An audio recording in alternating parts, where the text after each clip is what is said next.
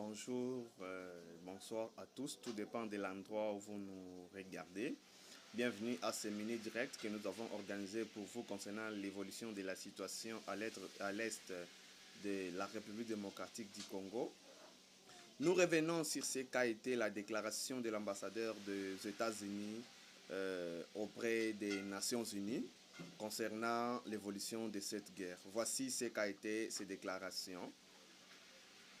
Les États-Unis disposent d'informations de la sophistication de la participation du Rwanda dans l'est de la République démocratique du Congo.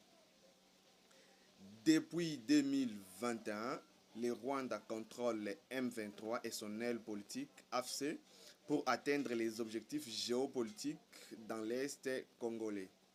Le président Paul Kagame participe intimement à la planification et à l'exécution de la guerre dans l'est de la RDC en donnant des instructions militaires et politiques depuis les années. Il ne s'est pas arrêté là, voici ce qu'il a encore dit.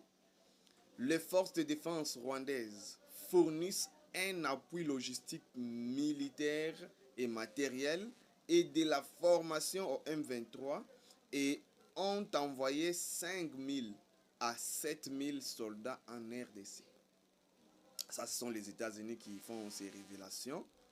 Après, ils ont dit, ces derniers mois, le Rwanda a déployé des missiles sol-air. S'il vous plaît, des missiles sol-air et des armes sophistiquées pour soutenir les M23 face à l'armée congolaise.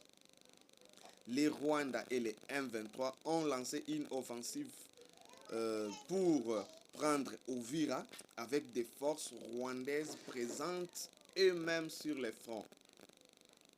Et des drones suicides et des artilleries sont utilisés de plus en plus par les M23 comme par les forces rwandaises avec des frappes y compris au Burundi, entraînant ainsi des conflits et des déplacements dans la région. Voici ce que nous pouvons retenir. Qu'est-ce que nous pouvons, disons, dans la globalité retenir sur la situation concernant la République démocratique du Congo? Alors, les États-Unis se sont invités, surtout avec ces deals ou accords qu'ils viennent de signer avec la République démocratique du Congo. Ce qui est sûr, ils ne se laisseront pas faire dans cette affaire.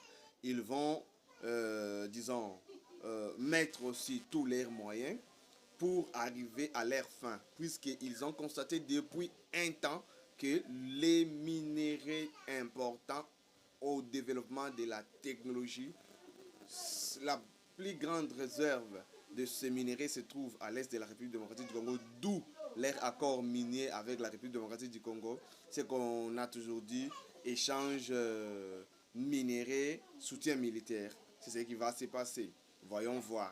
Reste à savoir, le Rwanda résistera-t-il pendant combien de temps? Wait and see, disent les Anglais.